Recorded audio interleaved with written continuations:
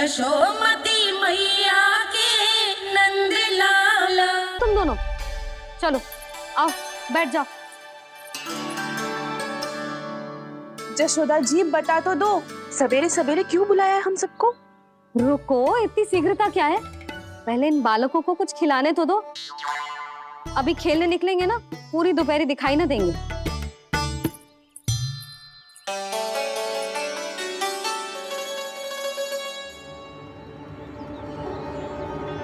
मैया देखो ना, कैसे अपने आभूषणों का दिखावा कर रही है जी सुलोचना। चिंता मत कर बहू, शीघ्र ही हम इससे अधिक आभूषण और इससे अधिक उत्तम वस्त्र पहन के घूमेंगे। ये देखो, तुम दोनों के लिए क्या बनाओ है मैंने। पूरे गोकुल में प्रसिद्ध मेरे पेड़े। चलो लो। यशोदा, ये तो बहुत सारे हैं। हाँ जशोदा जी, इतने सारे तो मैं भी ना खा पाऊं। क्यों दृष्टि लगा रही हो सुलक्षणा? बढ़ती आयु के बालक हैं, खाने दो इन्हें।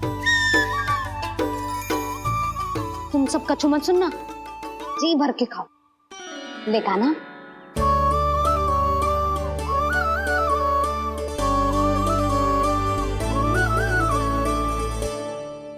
हे नारायण, मैंने अपने कान्हा को जो सिखाओ है, बस वे उसे स्मरण रखें और उसका पालन करें।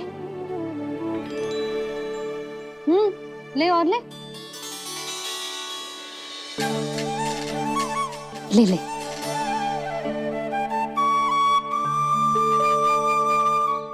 आज तो एक के बाद एक पेड़ मिल रहे हैं, वो भी बिना रोक टोक के।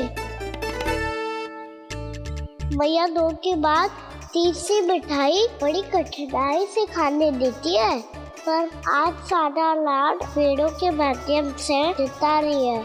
कछु तो रहस्य है। प्रभु, क्या आप भी वही सोच रहे हैं जो मैं सोच रही हूँ? कोई परीक्षा तो नहीं ले रही है ये? किस सोच में पड़ गए तुम दोनों?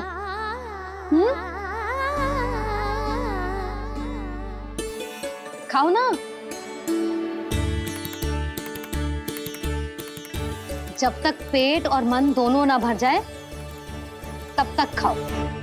बस यशोदा, इतना पर्याप्त है। अरे ना जिज्जी, घर के शुद्ध मावा और गुड़ के बने, कितना भी खा ले कोई हानि ना होगी। लो और लो।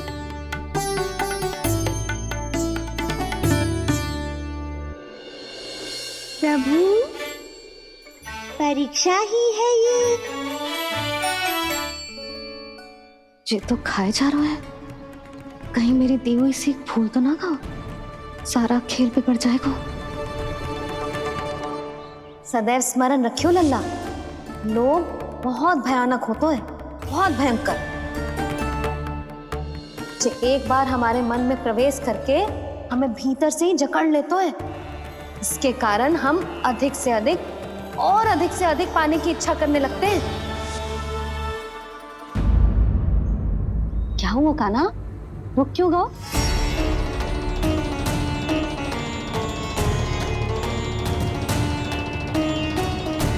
आपने तो सिखाया था मैया, जितनी आवश्यकता हो उतना ही लेना चाहिए, लोभ कभी ना करना चाहिए। बहुत बुरा राक्षस है लोभ।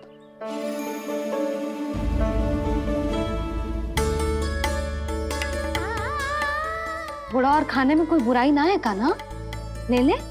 ना मैया, लो मैं अधिक खाऊंगा तो फिर पेट पकड़ के बैठना पड़ेगा।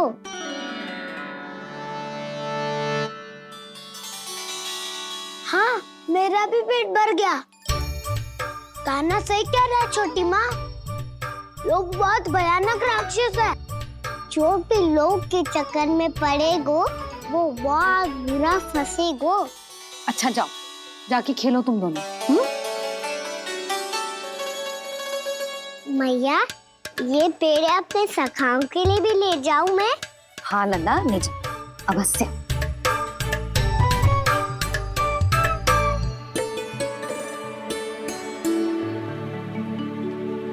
देखो, जो बात इन नन्हे से बालकों को भी समझ में आ रही है, वो तुम सबकी समझ क्यों ना आ रही?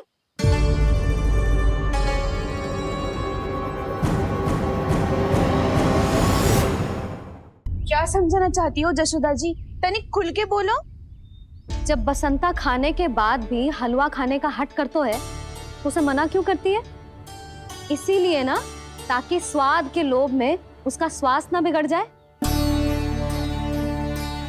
और उज्जवल, जब भरी दोपहरी में बाहर खेलने का हट कर तो है, तो तू उसे मना क्यों करती है? इसीलिए ना कि खेल के लोभ में उसे लू ना लग जाए। हाँ, और पुराण पढ़ना तो अच्छी बात है ना। तो श्रीदामा जब रात में दीप के प्रकाश में पुराण की कथाएं पढ़ना चाहते है, तो क्यों मना करती है उसे? बता। ताकि कथाओं के लोभ में उसकी दृष्टि खराब ना हो जाए जीजी। तो इसका अर्थ तो यही है ना कि लोभ चाहे पेड़ों का हो, चाहे पुराण की कथाओं का हो, या फिर अधिक धन अर्जित करने का हो, लोभ सदैव हानिकारक ही होता है। जे बात तुम ही सब ना समझोगी, तो अपने बालकों को कैसे समझाओगी? बोलो। हम सबकी मैया यहाँ क्यों आई है? डांट पड़ी क्या? चौरी विद्या प्रसारण टोली के बारे में सबको पता चल गो क्या? चिंता के चने चबाना छोड़ो और ये पेड़े खाओ। भीतर और भी गंभीर समस्या पे चर्चा चल रही है। कैसी समस्या? लोग की भयानक राक्षस की समस्या। व्यापारी जी, नंद जी ने कल सभा बुलाई थी और आज रानी यशोदा जी ने सारी स्त्रियों को अपने घर पे बुलाया है। तो आपको नहीं लगता कि हमें कुछ करना चाहिए? करना तो चाहिए गुप्तचर। सबसे पहले हमें हाट जाकर गोकुल वासियों की प्रतीक्षा करनी चाहिए। सूर्यास्त से पहले वो सारे मूर्ख वहां आने वाले हैं, मेरे सामने नारायण के नाम का प्रण लेने। उन्हें चाहे कोई भी कितना भी समझा ले बुझा ले, उससे कोई अंतर नहीं पड़ेगा गुप्तचर। हमारा वास्तविक धन क्या है? दूध, घी, दही, माखन, यही ना? हाँ, तो श्री नारायण की कृपा से तो हमारे पास इसकी कोई कमी ही ना है। तो हम सब तो पहले से ही धनवान हुए ना। तो फिर जे गोधन अपने परिवार और संतान में बांटने के बाद जो भी बचतो है, वो तो हाट पे बिखी जातो है ना।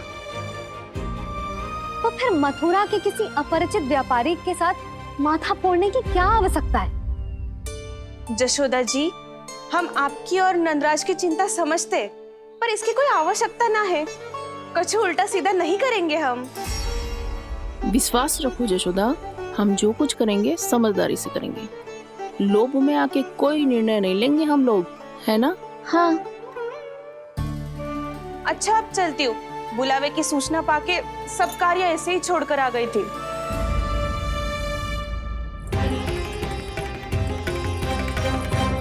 अब किसको घेलियो? लोभ के भयानक राक्षस ने। ये तो तभी पता चलेगा जब वो सब बाहर आएंगी। तब तो सबको बहुत ध्यान से देखना पड़ेगा।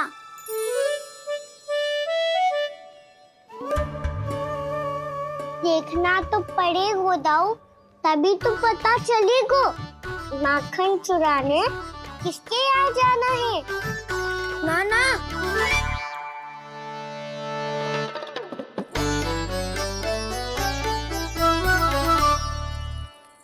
लोग का राक्षस तो उनके पास दिख ना रहे हुए है।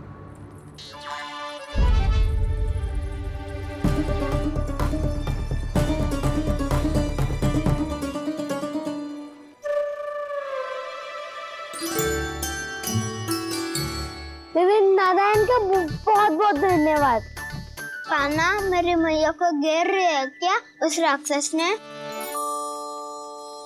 यशोदा भाभी और नंद भैया कितने चिंतित थे ना। पक्का कछु न कछु कारण तो अवश्य होगा। हाँ, मुझे भी सच लग रहा है कि धनवान बनने के चक्कर में मैं तनिक ज्यादा ही लोभ में पड़ गई थी। नहीं, बस गए और मेरी मैया दादी, उनका क्या गाना? बहू, सुलक्षणा की जैसे ढेर सारा धन कमाने के चक्कर में लोभ में तो ना आ रहे ना हम। हे नारायण, बहुत कृपा है आपकी। लगता है लोभ का राक्षस किसी को अपनी चपेट में नहीं ले पाया। लेता भी कैसे था? मेरी मैया ने जो समझायो है। क्या लगता है यशोदा, इन्हें समझ आया होगा? आशा तो यही है, और अब भी ना समझी तो फिर तो नारायण भी ना समझा सकते। फ्राइडे में हम सब मिलेंगे दोपहर में। तो क्या तू तब निश्चित करेगो कि आज किसके यहाँ जाना है माखन? आज कोई माखन चोरी नहीं होगी। क्षमा करना राव, भैया के का समझाने के बाद भी जिसके समझ में कछु ना आई हुई थी, उसके घर चोरी तो करनी पड़ेगी आज।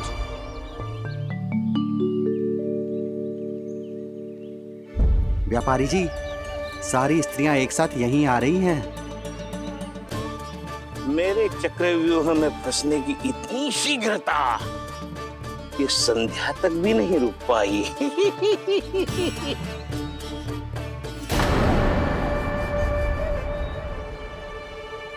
पर ये आपके तरफ ध्यान क्यों नहीं दे रही हैं? लगता है गोकुल की रानी ने इनको पाठ पढ़ा ही दिया। अब आपको ही कुछ करना होगा व्यापारी जी। करूंगा, अपनी चाल सबसे अंत में चलूंगा, किंतु अभी उनके लिए एक घोषणा ही पर्याप्त होगी। तुमने सबको सूचित तो कर दिया है ना कि सबको अग्रिम धनराशि मिलेगी, वो भी दूध, दही, माखन, घी बेचने के बाद नहीं, वो पहले ही मिला करेगी। वो भी केवल एक दिन की नहीं, पूरे सप्ताह की। मैं बिल्कुल सही कह रही थी। जशोदा जी और नंदराज व्यर्थ ही चिंता कर रहे थे। यदि इन व्यापारी जी के मन में कोई मैल होता, तुझे अग्रिम धनराशि थोड़ी ना देते। बात तो तुम सही कह रही हो सुलक्षणा।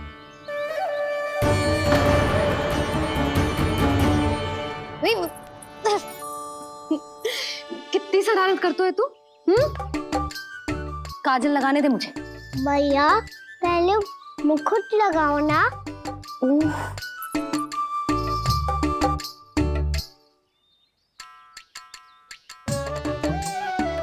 और मेरी मुंडी। हाँ हाँ रुक जा, ले बस होगा प्रसन्न। भैया मैं ना चाहता मैं ऐसे फिर से भूल जाऊं, नहीं तो कड़ी धूप में इसे लेने वापस लौटना पड़ता है। चल अब बैठ जा, अब मुझे काजल लगाने दे लल्ला। भैया इतना सारा काजल मत लगाओ, छोटा सा बालक लगता हूँ मैं। आहा, नखरे तो देखो, इतना सज धज के तो तेरे बाबा भी ना जाते बाहर, दृष्टि लग जाएगी लल्ला। चुप। उनको तो आ सकता ही ना है भैया, वो तो गोकुल के राजा है। वैसे भी मुझे भी कम मत समझो, मैं भी राजा हूँ अपनी टोली का। कौन सी टोली?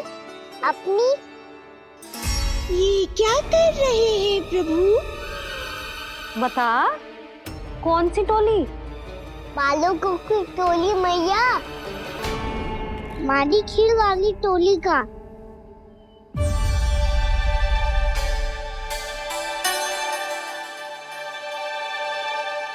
क्या हुआ जी? देखो जी, आप इतनी चिंता मत ही करो। आप गोकुल के राजा हो और जे बालकों की टोली का राजा है, तो मैं भी जसोदा हूँ, मैं कोई कम थोड़ी ना हूँ। मैं भी गोकुल के स्त्रियों की रानी हूँ। मैंने सबको समझाओ है, सब समझ गई हैं। उपनंद भैया से बात करके आ रहा हूँ अभी। पता चलो है कि उस व्यापारी ने अग्रिम राशि का लोभ दिया है सबको। मुझे ना लगता तुम्हारे समझाने का कोई लाभ हो। अभी तो ये सब समझ के गई, बोल के भी गई कि अब उस व्यापारी के फेर में ना फंसेंगी। इतनी शीघ्र पलट गई, इन सब में अपनी बुद्धि ना है क्या? जब कोई विकार मन में बस जाता है ना यशोदा, तो सूझबूझ सब समाप्त हो जाती। तो मुझे ही कच्चू करना पड़ेगा। मैया मैं जाऊं? हाँ तू जा।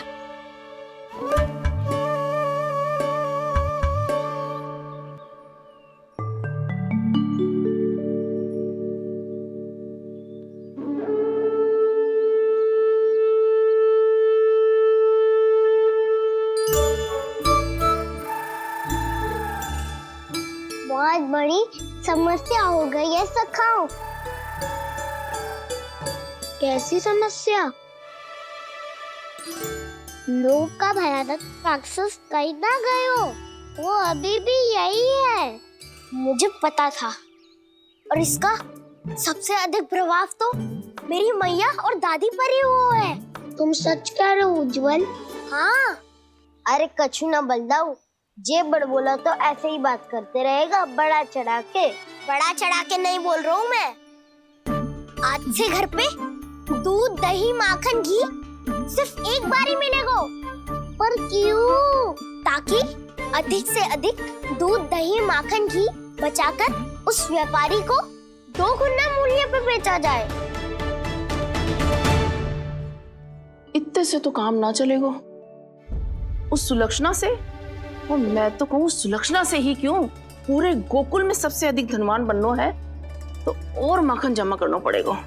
हाँ हाँ मैया, लाओ मैं इसे ऊपर रख देती हूँ। चोरी चुपके से खा तो ना जाएगी ना? तेरी घबराहट बता रही है कि घर से निकलने से पहले तूने थोड़ो माखन तो खाया है। सच्ची बोल। ना ना मैया, मैं क्यों माखन खाऊंगी? मैं भी तेरी मैया हूँ लाली, माप के रखो तो मैंने।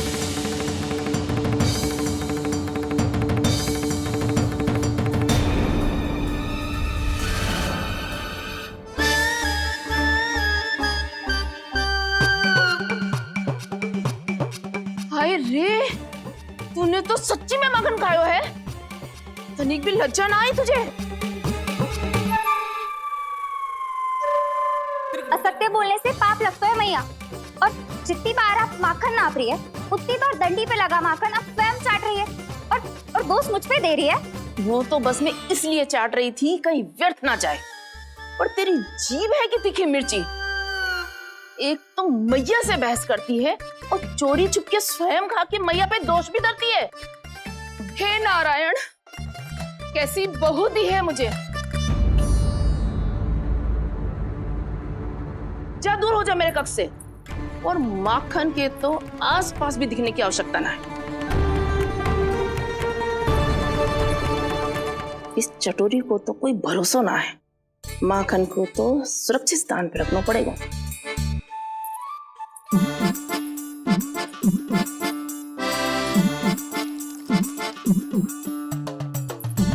यदि बहू ने अब मटकी उतारने को प्रयास किया तो अचानक पानी गिर जाएगा और घबरा के वो चिल्लाएगी और मुझे पता पड़ जाएगा। मैया,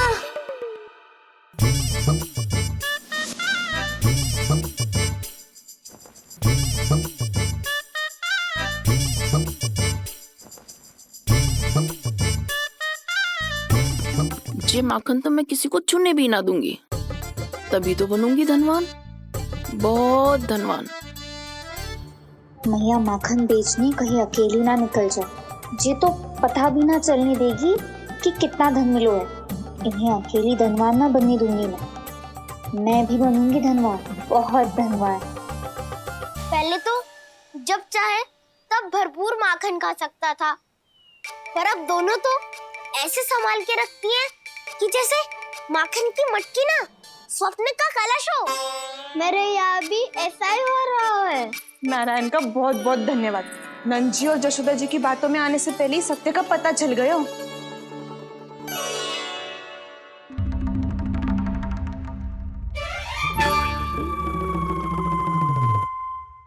ये इतना सारा माखन?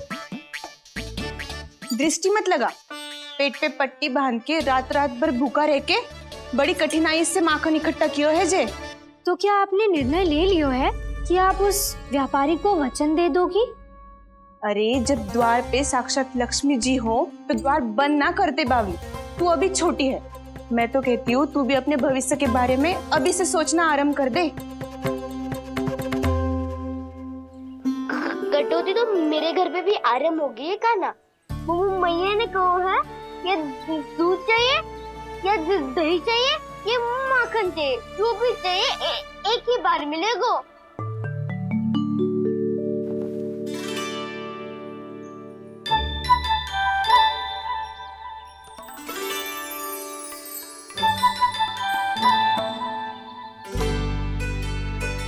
तब हमारी टोली को ही कुछ करना पड़ेगा।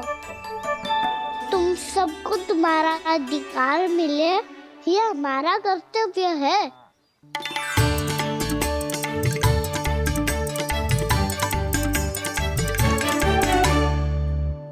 अब हम कछु ना कर सकते यशोदा। यदि अब मैंने उन्हें रोको तो उन्हें लगेगा कि मैं उनसे उनकी उन्नति का अधिकार छीन लूं। दूध दही माखन पे सबसे पहला अधिकार बछड़ों का होता है, फिर घर के बालकों का, और ये अधिकार हमें दिलाना चाहिए, है ना दाऊ? मैं सब समझता हूँ काना, तुम मुझसे इसलिए पूछ रहे हो ताकि तुम माखन चोरी की योजना बना सको, पर मैं तुम्हारा समर्थन नहीं करूँगा। पर दाऊ ना, पिछली बार तुमने ही कहा था ना कि हम ये चोरी केवल वानर महाराज की सहायता के लिए कर रहे हैं। लो, वानर महाराज भी आ गए हमारा साथ देने। आज कोई किसी का साथ नहीं देगा, आज कोई किसी का